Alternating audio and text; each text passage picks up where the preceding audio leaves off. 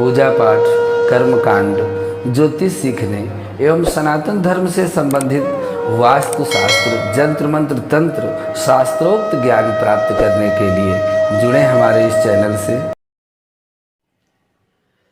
नमस्कार मित्रों, स्वागत है ज्योतिष शिक्षा के इस कार्यक्रम में, जहां पर आप अपने जन्म नक्षत्र के विषय में अध्ययन कर रहे हैं।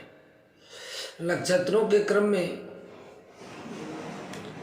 आज हम रेवती नक्षत्र का प्रभाव लेकर के आए हैं। यदि आपका जन्म भी इस रेवती नक्षत्र में हुआ है तो यह जानकारी आपके लिए अत्यंत महत्वपूर्ण है और यह जानना आपके लिए बड़ा आवश्यक है कि इस रेवती नक्षत्र में जन्म से हमको अपने जीवन में क्या क्या ऊंचाइयां मिलेंगी और क्या क्या सावधानियां हमको रखनी है। तो इस रेवती नक्षत्र का जो क्रम है नक्षत्रों में, यह 27वां नक्षत्र है और यह एक 23 तारों का समूह है। इसको मिल करके यह रेवती नक्षत्र बना है। मृदंग की आकृति का होता है। 16 अंश 40 कला जब चंद्रमा के होते हैं तो उस विस्तार के क्षेत्र में आता है। रेवती का अर्थ होता है धनी, धनी और जानी मानी, धनी मानी अर्थात धनवान और मानवान, इसीलिए इसका नाम रेवती नक्षत्र रखा गया है। शुभ परिवर्तन लाने वाला नक्षत्र कहा गया है। इसके राशि पति देव बृहस्पति हैं और नक्षत्रपति बुध है। रेवती के अधिष्ठात्रा देवता भगवान पुषाण हैं। इस नक्षत्र के जातक पर गुरु और बुध दोनों का प्रभाव आता है। गुरु और बुध दोनों मित्र संबंध नहीं रखते, इसलिए बुध महादशा के फल देखने के लिए इस नक्षत्र में जन्मे व्यक्ति की कुंडली में गुरु और बुध की तत्कालिक स्थिति देखना आवश्यक होता है। यदि तत्काल में गुरु और बुध मित्र हैं तो फल अनुकूल होंगे, लेकिन ऐसे तो गुरु और बुध में मित्रता नहीं है, दोनों के महादशा में विपरीतता होती है फल में। इसलिए रेवती नक्षत्र में जो जन्म लेने वाले जातक हैं उनका कद काठी, लंबा, संतुलित शरीर वाले, रंग साफ होता है, व्यक्तित्व आकर्षक होता है और मन के भी साफ होते हैं। परिस्थिति के अनुरूप व्यवहार करने की कला इनमें बहुत होती है। बहुत अधिक समय तक कोई बात गुप्त रख पाना इनके लिए संभव नहीं है। विद्या के अभिलाषी होते हैं। ये अधिक से अधिक ज्ञान प्राप्त करना चाहते हैं। रेवती नक्षत्र में जन्मे जातक को किसी एक स्थान पर लंबे समय तक टिक करके एक कार्य को नहीं कर पाना, किसी भी काम को अधिक समय तक करते रहने पर इससे उनकी एकाग्रता भंग हो जाती है अथवा उससे वह उक्त काम में बोरियत महसूस करने का अनुभव करते हैं, इसलिए बहुत समय तक एक ही काम को नहीं कर पाते हैं। इस नक्षत्र में जन्म लेने वाले व्यक्ति को स्वास्थ्य संबंधी परेशानियां मानसिक रूप से परेशान करती हैं। इस नक्षत्र में जन्म लेने से जातक दूसरों पर बहुत जल्दी विश्वास नहीं करते। जब वह विश्वास कर लेते हैं तो पूर्ण रूप से करते हैं। रेवती नक्षत्र का संतुलन प्रिय नक्षत्र है। इस कारण से जातक और समाज की जो परंपराएं हैं उनके प्रति स्नेह और आदर रखता है। सुरुचिपूर्ण कार्य करने वाला, साझेदारी से और परिस्थितियों के अनुकूल काम करने का अनुभव होता है। रेवती नक्षत्र को एक शुभ नक्षत्रों की श्रेणी में रखा जाता है। इस नक्षत्र में जन्म लेने से जातक दृढ़, आस्थावान, विपरीत परिस्थितियों में भी मानसिक संतुलन और धैर्य को बनाए रखते हैं। जातक संवेदनशील होते हैं, संकट में पड़े लोगों की मदद करने के लिए सदैव तत्पर रहते हैं, भावुक होते हैं और जल्द ही आहत भी हो जाते हैं। इनका सभ्य व्यवहार सभी को अपनी तरफ आकर्षित करता है। इसलिए अपनी योग्यता पर इनके स्वभाव में अहम भाव भी हो जाता है। बिना वजह के स्वयं पर गर्व करने लगते हैं। इनके सम्मान में और सम्मान में कमी का कारण इनका यही बनता है अहम भाव। इसके अतिरिक्त इन्हें विपरीत लिंग से भी अत्यधिक रुचि हो सकती है।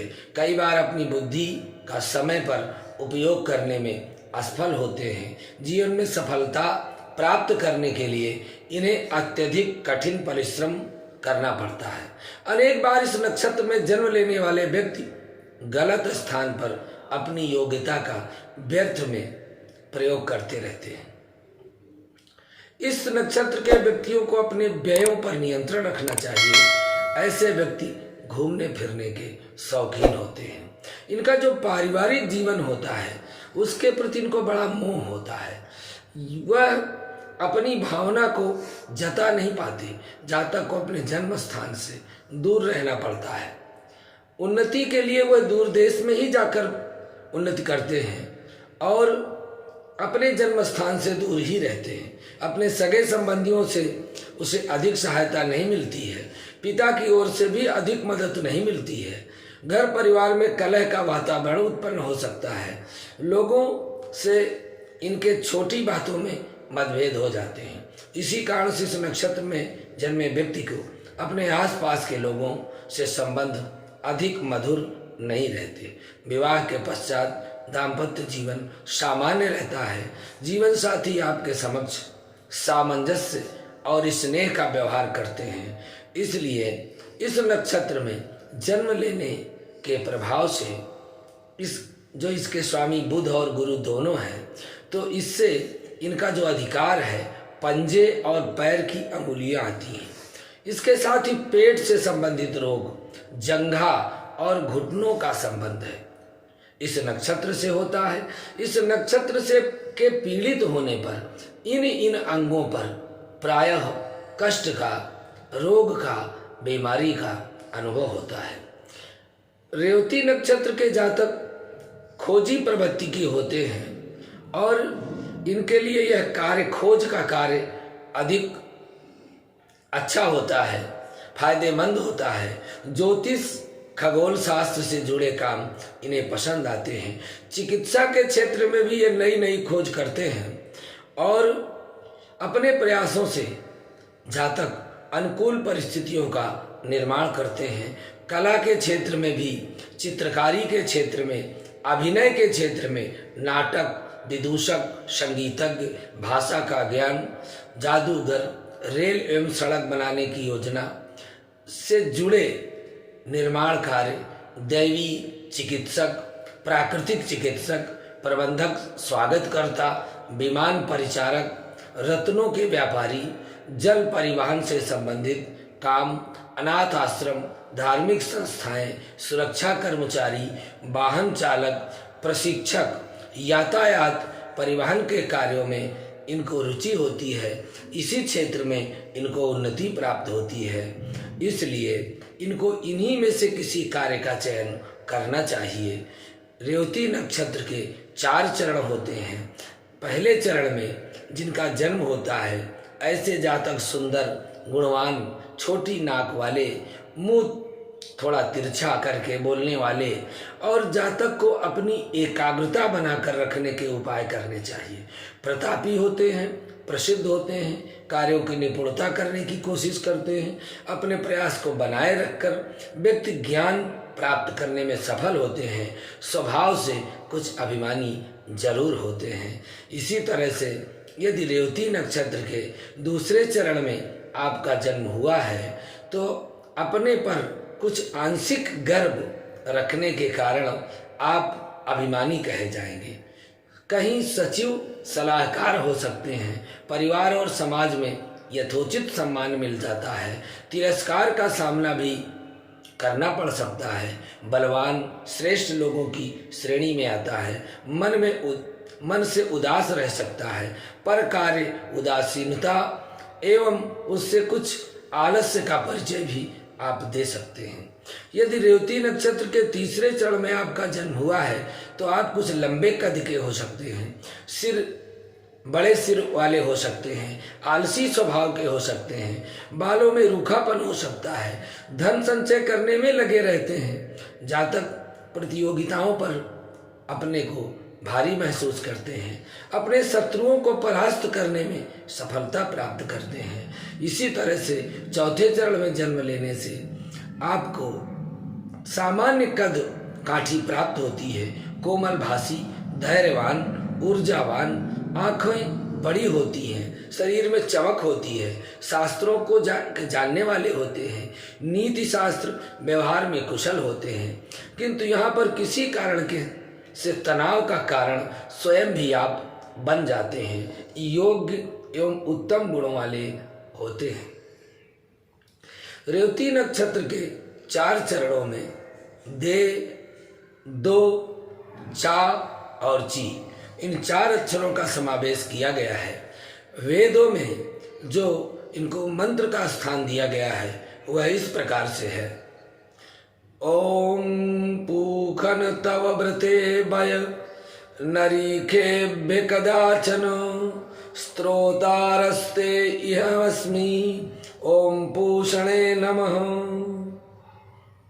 यह वेद मंत्र इस नक्षत्र के लिए दिया गया है।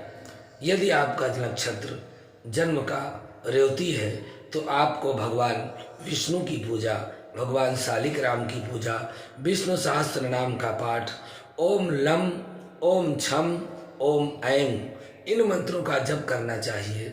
इससे आपके जीवन में सकारात्मकता आएगी। और जब भी महीने में रेवती नक्षत्र आवे तो इस नक्षत्र में आपको विष्णु सहस्त्र नाम का पाठ करना, शालिग्राम भगवान का तुलसी पत्र से अर्चन करना आपके लिए कल्याणकारी हो सकता है। आपके लिए हल्का नीला रंग, हरा अथवा मिले जुले रंगों का उपयोग करना शुभ हो सकता है। आपकी मीन राशि होती है, जलचर वैश्य हैं, गज योनि है, सिंह राशि से बैर है। आपके राशि के स्वामी गुरु हैं, आपका गण देव है, नाड़ी यंत्र है और तत्व जल है, स्वभाव संज्ञा मृदु है और नक्षत्र के देवता पूषा हैं। वेद के नक्षत्र के क्रम में उत्तरा फाल्गुनी नक्षत्र से इस नक्षत्र का वेद होता है। इसलिए आपको अपने जन्म नक्षत्र पर भगवान विष्णु का अर्चन करना सबसे आवश्यक है, श्रेष्ठ है और उन्नतिकारक है।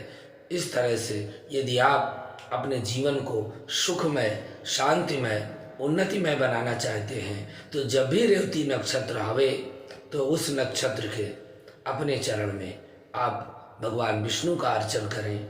आपका निश्चित कल्याण होगा, इसमें कोई संदेह नहीं है। आज के लिए बस इतना ही।